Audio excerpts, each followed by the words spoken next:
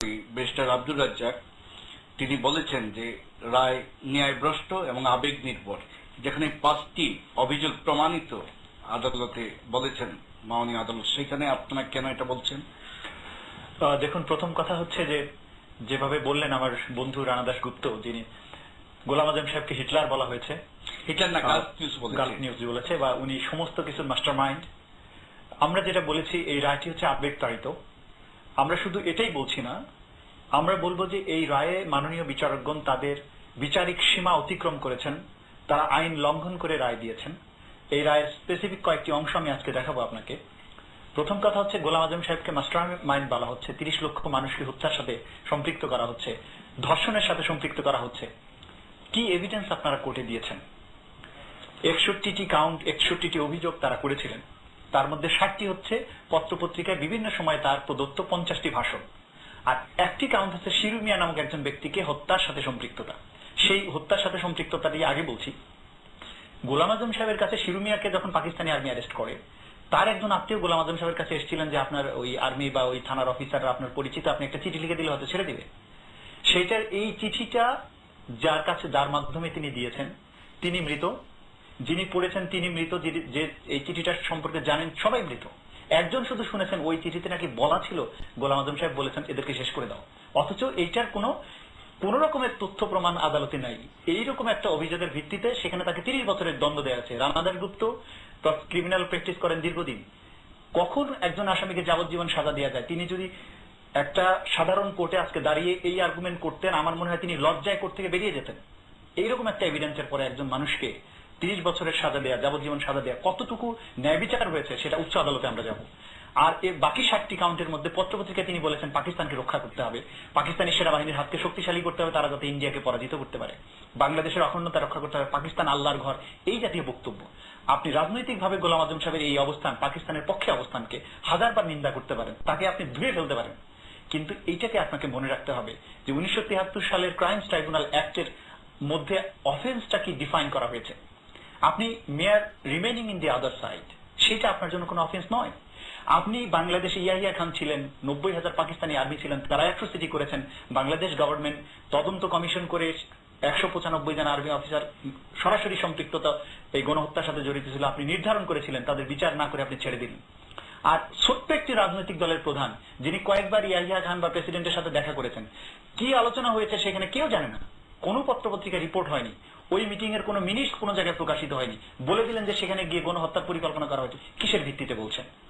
একটা আবেগ এক জিনিস, আর আমরা সবসময় যেটা বলি যে আপনি যত বক্তৃতাই দেন না কেন, আন্তর্জাতিকভাবে স্বীকৃত অথবা আইনের মাধ্যমে প্রতিষ্ঠিত একটা পদ্ধতির মাধ্যমে একজন ব্যক্তিকে অপরাধী প্রমাণ করতে হবে। তা না করে আপনি তাকে অপরাধীর বাতিঘর, এই সমস্ত লম্বা লম্বা বক্তৃতা দিয়ে বেড়াচ্ছেন, এটা তো আইনের ভাষা হতে পারে না। এবং এরপরে বলা হচ্ছে মৃত্যুদণ্ডই কাম্য ছিল। মৃত্যুদণ্ড তো দূরের কথাই, 90 বছরের সাজা দেওয়া হয়েছে। আমি তো মনে করি প্রসিকিউশন এবং তদন্ত সংস্থা যে ধরনের তথ্য প্রমাণ এখানে উপস্থাপন করেছেন, আন্তর্জাতিক স্বীকৃত স্ট্যান্ডার্ডে বিচার হলে $90 বিলিয়ন জরিমানা হওয়া উচিত এই প্রসিকিউশনের, এই তদন্ত সংস্থার। কারণ একজন মানুষের সাথে যে ধরনের সভ্য আচরণ করা উচিত, এই ধরনের অর্থহীন ডকুমেন্ট উপস্থাপন করে এই মামলাকে কলঙ্কিত করা হয়েছে। এবং মাননীয় বিচারকগণ, আমি বলেছি, তারা সীমার বাইরে গিয়েছেন। কারণ হচ্ছে আমাদের দেশের এই বিচার পদ্ধতিটা হচ্ছে অ্যাডভার্সারিয়াল সিস্টেম বলে এটাকে। তার মানে হচ্ছে যে দুই পক্ষ যা উপস্থাপন করবে আপনি রেফারিং করে সেখান থেকে রায়টা বের করবেন যে তারা কতটুকু প্রমাণ করতে পারলো, কতটুকু পারলো না। ওনারা আজকে নিজেরাই বলেছেন যে তারা প্রসিকিউশন যথেষ্ট ডকুমেন্ট দিতে পারেনি, তারা নিজেরা খুঁজে গবেষণা করে তার অপরাধ প্রমাণ করেছেন। আমার প্রশ্ন হচ্ছে মাননীয় বিচারকগণ এই ক্ষমতাটি কোথায় পেয়েছেন? ওনাদেরকে কে ক্ষমতা দিয়েছে নিজেদেরকে খুঁজে বের করে গোলাম আজমের বিরুদ্ধে তথ্য প্রমাণ সংগ্রহ করার? ওনারা কি তদন্ত সংস্থার সদস্য? ওনাদের দায়িত্ব ছিল প্রসিকিউশন যা কিছু উপস্থাপন করবেন, ডিফেন্স তার যে জবাব দিবে, এই দুটোর মধ্যে রেফারিং করে তিনি বের করবেন যে যথেষ্ট প্রমাণ সন্দেহাতীতভাবে প্রমাণিত হয়েছে কিনা। সেটি না করে তারা একটা রায় দিয়েছেন। এবং সর্বোপরি দেখুন, রানা দাশগুপ্ত ক্রিমিনাল লয়ার খুব ভালো করে জানেন যে চার্জ যদি যা আনা হবে তার বাইরে আদালত যেতে পারবেন না। এখন গোলাম আজম সাহেব অপরাধী কি অপরাধী না, সেটা ছিল এখানে বিচার্য বিষয়। জামাত ইসলামী বাংলাদেশে কোনো অফিসে চাকরি করতে পারবে না, এইটা কি আদালতের বিচার্য বিষয় ছিল? অথচ রায়ের 372 এবং 372, 73 এবং 74 নাম্বার প্যারাগ্রাফে কি সুন্দরভাবে তারা বলে দিলেন যে এই নতুন জেনারেশন এই জামাত ইসলামী স্বাধীনতা বিরুদ্ধে তাদের দলে কেন ভিড়ছে, এটা নিয়ে তাদের চিন্তায় ঘুম হারাম হয়ে গেছে। আপনার এই আলোচনায় আসছে একজন দর্শক, পরে চলে যাবে, টেলিফোনে রয়েছেন। হ্যালো হ্যালো, আলাইকুম। জি সবাইকে আপনার নাম বলুন, সংক্ষেপে প্রশ্ন করুন। হ্যাঁ ভাই, আমি চিটাগং থেকে কাদের বলছিলাম। জি আমি ভাই, আপনি আমার খুব প্রিয়জন একজন ব্যক্তি। ধন্যবাদ। আপনার প্রশ্ন। আজকে যে রায়টা হয়েছে, আমি রায়ের বিরুদ্ধে কথা বলছি না। কথা হচ্ছে 3টি মাস পরে রায়টা কিন্তু আজকে হয়েছে।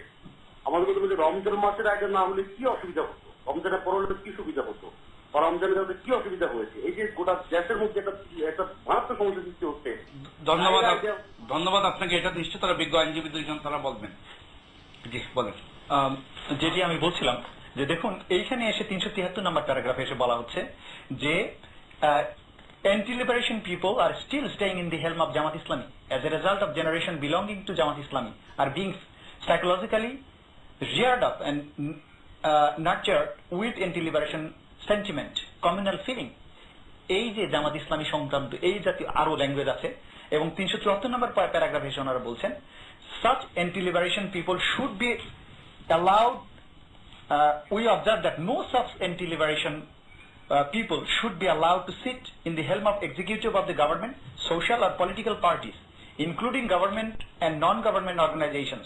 We are of the opinion that the government may take necessary steps that end for debarring those anti-liberation persons from holding the said superior post in order to establish ধন্যবাদ আপনাকে। আমি democracy. আবার আসছি। অ্যাডভোকেট রানাদাস গুপ্ত, আপনিও নড়ে চড়ে বসলেন। Advocate Tajul Islam, আমি